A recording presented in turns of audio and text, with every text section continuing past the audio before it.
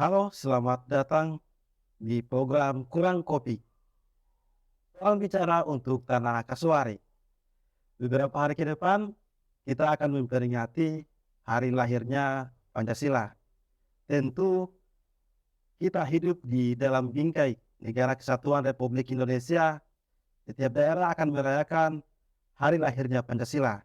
Tapi pada kali ini kita akan membahas salah satu daerah, dan khususnya Papua yang terletak di Fakfak, dan saya mengundang salah satu tamu, yaitu abang saya, Abang Samad Rumarolas. Halo Bang. Terima kasih, selamat sore. Selamat sore. Siap Bang. Iya, bagus sekali nih Bang. Beberapa hari ke depan tentunya kita akan memperingati hari lahir Pancasila, 1 Juni, dan kemudian yang paling menarik itu kita akan membahas salah satu daerah, yaitu Fakfak. Nah, di Fakfak ini Bang, eee, ada filosofis yang namanya "Satu Tunggu Tiga Batu". Tentu untuk pembahasan ini akan menarik jika kita berhadapan dengan salah satu tokoh, yang akan memberikan, eee, informasi terkait dengan, "Satu Tunggu Tiga Batu". Bang, kira-kira apa filosofis daripada "Satu Tunggu Tiga Batu"? Oke, terima kasih. Bismillahirrahmanirrahim. Assalamualaikum warahmatullahi wabarakatuh. Waalaikumsalam. Kalau kita bicara terkait dengan satu tiga batu, ini ada punya beberapa filosofi dasar.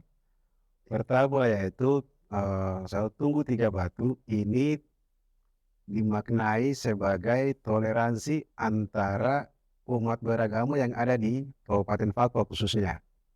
Iya, iya. Kenapa dalam rangka toleransi? Bahwa di Fakfak itu misalnya satu marga itu ada dianut oleh tiga agama, baik itu agama Islam, agama Kristen, Katolik maupun Protestan. Jadi itu dia menjadi makna toleransi awalnya. Jadi dari satu tungku itu dimaknai tadi. Tetapi juga satu tungku tiga batu ini kita bisa memaknai dia dalam proses pembangunan, di mana ada tiga komponen utama di situ. Iya, Ada itu komponen adat, komponen agama, dan juga komponen pemerintah di sini. Jadi inilah yang kalau di Papua kita lihatnya dengan tadi. Pertama, di dalam memaknainya sebagai dalam rangka toleransi, iya, tetapi yang kedua di dalam pembangunan itu keterlibatan tiga sektor ini penting sekali dalam proses pembangunan. dan mereka selalu terlibat. Dan ini selalu diupayakan untuk dijaga terus bahwa ini ada nilai dasar yang dipunyai oleh masyarakat. Karena itu keterlibatan ketiga unsur ini dalam pembangunan itu menjadi sangat penting. Kalau dalam proses perencanaan pembangunan dan tidak melibatkan atau dalam pembangunan kan bukan hanya proses perencanaan aja, Iya, tetapi itu baik proses perencanaan maupun dalam pelaksanaan sampai dengan pengawasan dan juga mungkin evaluasi. Keterlibatan ketiga sektor ini penting sekali. Sehingga untuk mencegah terjadinya masalah-masalah dalam pembangunan, ketiga komponen ini harus punya peran yang penting di dalam pembangunan di Kabupaten Kapuas. Itu ke dalam konteks pembangunan. Tetapi kalau dalam konteks tadi toleransi, maka ini dia menjadi dasar satu marga misalnya dia ada di agama agama lain itu ada gitu. Jadi tidak tidak semua satu marga dia cuma satu agama aja, tetapi ada berbagai agama yang lain. itu berada dalam satu keluarga. Misalkan, secara genealogis keturunan keluarganya itu bisa saja dia menganut Protestan, Katolik, dan Islam, bisa saja ya? Bisa, dan ada yang beberapa praktek-praktek dulu, misalnya setelah anak lahir misalnya ini harus dikasih ke saudara yang Katolik untuk jaga, ada yang kasih Protestan, atau juga saudara yang dari Protestan, ada yang anaknya masuk Islam atau dengan agama yang lain atau mungkin Katolik misalnya. Berarti itu termaksud wajar juga bagi mereka ya, maksudnya, kalau ada pandangan ekstrem itu bahwa ketika dia menganut sebuah kebenaran bagi dia, berkeyakinan bahwa ya sudah kita ikuti punya keyakinan. Tapi kalau di fak-fak itu, apakah hal seperti itu sudah berlangsung lama, Bang? Dan itu sudah berlangsung lama sekali, makanya sangat apa, kita, pertentangan agama cukup susah di situ. Kenapa? Jadi kita susah sekali untuk membenturkan antara agama di sana. Apakah itu bisa mereka tinggal dalam satu rumah atau memang, ya kalau saya menganut Protestan, tinggal satu rumah di yang lain atau yang muslim juga atau bahkan dalam satu rumah itu bisa menganut satu keyakinan di sana, Pak? Dalam satu rumah bisa aja ada juga beberapa keyakinan yang lain itu ada, gitu. Jadi tidak, Iya, serta-merta bahwa, karena agama terus misalnya harus, pisah rumah gitu. Kalau yang misalnya dalam satu satu keluarga, jadi makanya saya bilang dalam satu keluarga ada yang tadi punya 3 agama tadi. Jadi masing-masing orang tetap dengan agamanya. Ya sebenarnya kalau kita kaji dari sisi Islam, ya mungkin kalau kita dalam Islam kan kita bilang dengan itu, "Lakum dinukum waliya din," ya, iya iya. "Untukmu agamamu dan untuk agamaku." Jadi agama silakan urusan masing-masing, tetapi yang pasti kita adalah keluarga yang mari kita, sama-sama hidup dengan, baik gitu. Dan kemudian, kalau misalkan ada persoalan itu apakah, satu agama yang akan menyelesaikan atau dia ada tokoh masyarakat atau adat yang kemudian diberikan kewenangan untuk menyelesaikan itu.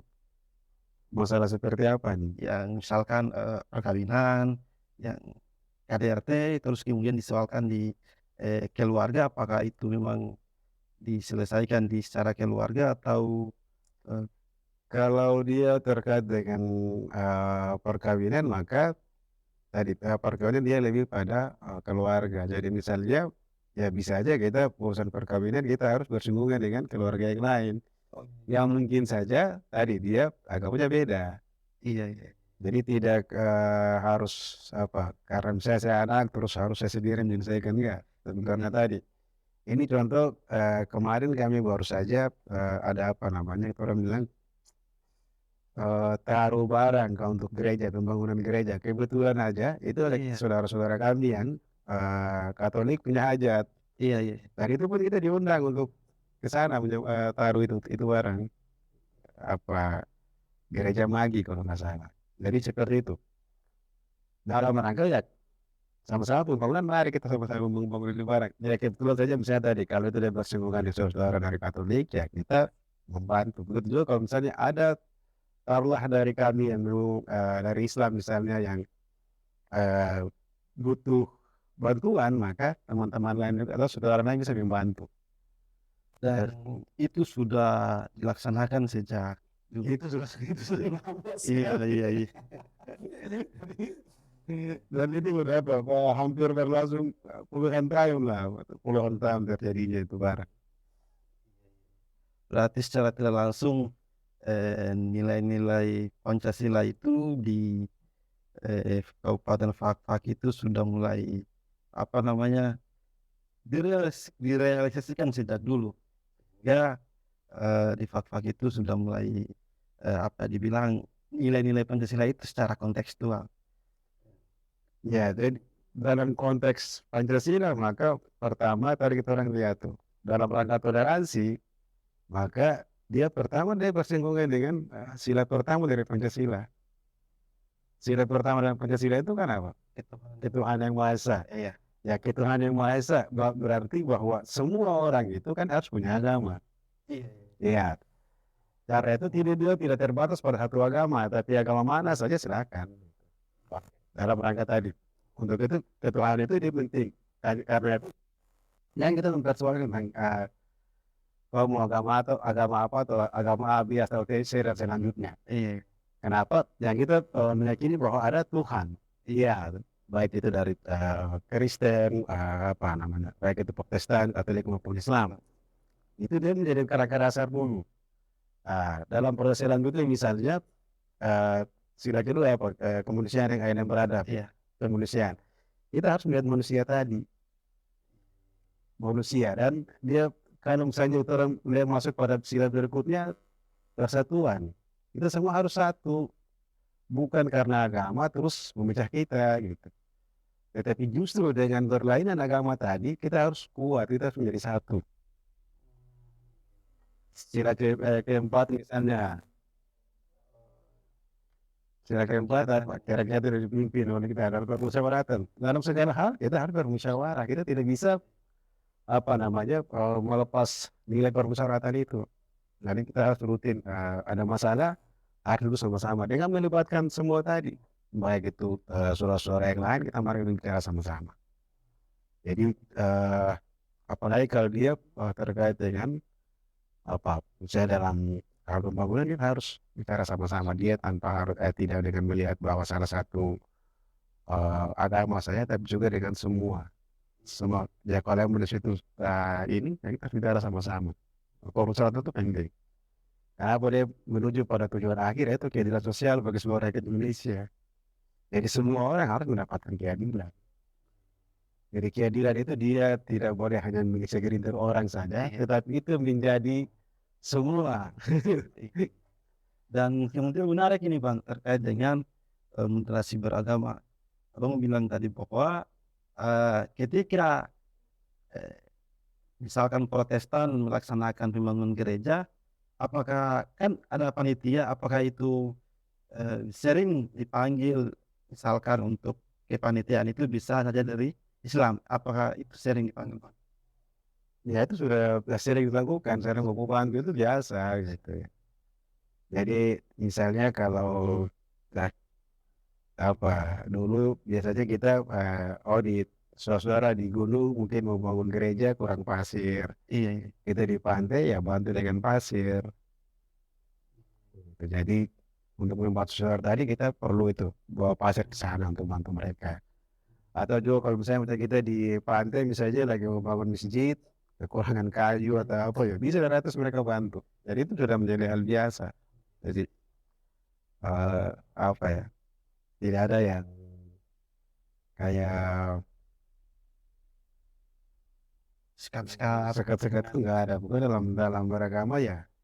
Itu yang penting tadi prinsip dasarnya biasanya agama saya agama lakum dinukum waliyaddin itu ya. Ya agamamu, agamaku, iya itu. Iya, iya. Nah, itu. Tapi kalau emang tidak menutup kemungkinan dalam proses jalan, kalau emang kamu butuh sesuatu, saya harus bantu.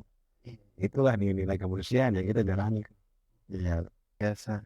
Memang di fakta ini cukup menjadi acuan bagi dalam konteks menjalankan nilai-nilai Pancasila. Dan kemudian begini juga Bang, artinya kita sebagai masyarakat Indonesia ini kan tentu ada budaya yang dikenal sebagai perantau, begitu.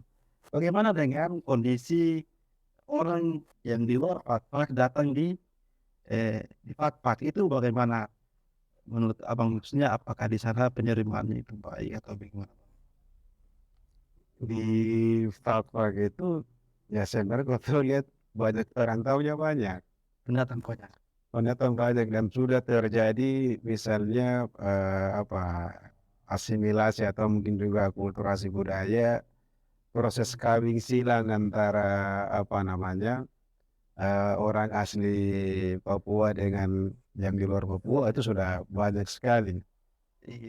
Malah misalnya macamnya sudah saya sendiri aja Papua Serap, nama orang Kokas. Ya itu sudah dari bukan saja di atasnya juga sebenarnya saya Tete sendiri juga ya seperti itu.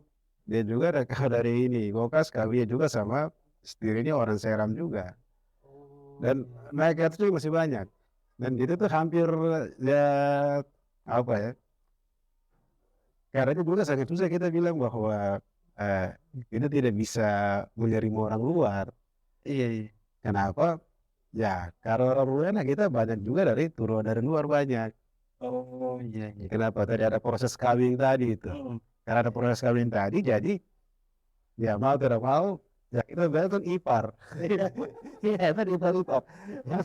Ya bagaimana kalau melakukan hal yang atau tidak setuju atau bertentangan dengan satu masyarakat sementara taruhlah misalnya bagaimana saya mau mempertahankan tentang orang seram, sementara sendiri masih ada daerah seramnya masih ada.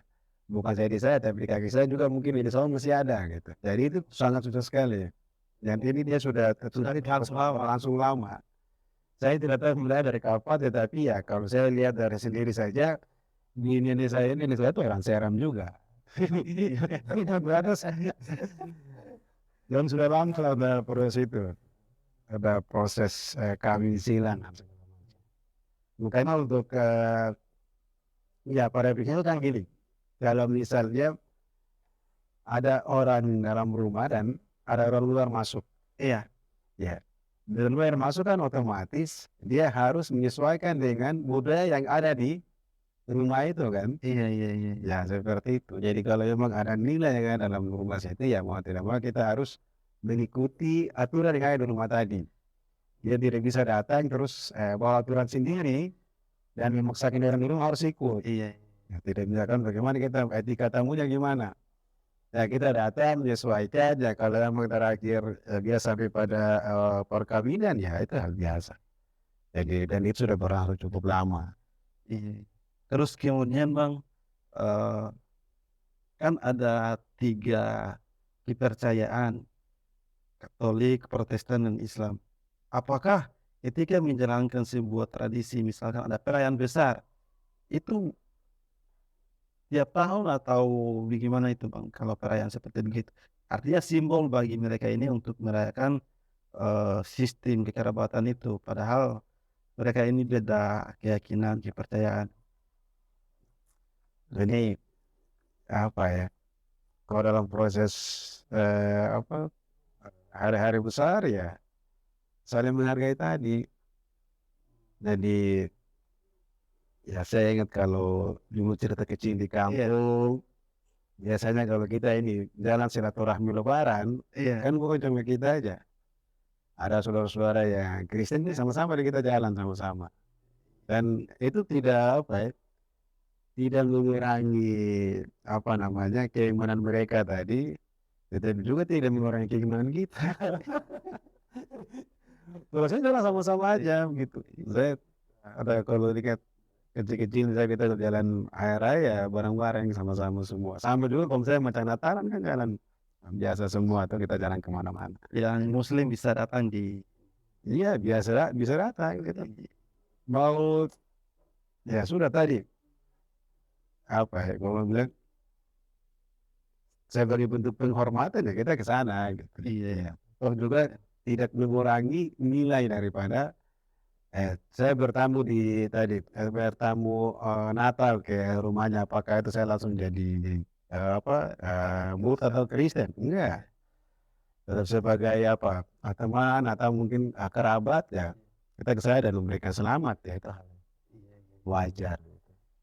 Berarti secara tidak langsung, konsep Pancasila ini yang dipahami dan kemudian ternyata di Papua yang khususnya Fak-Fak itu, nilai-nilai Pancasila itu sudah terlaksanakan. Dalam artian yang Abang sampaikan tadi itu bahwa, eee, di Fak-Fak itu tidak ada penekanan atau intimidasi untuk mau memiliki kepercayaan Islam, Kristen, dan bahkan itu sudah, terjalin sudah lama.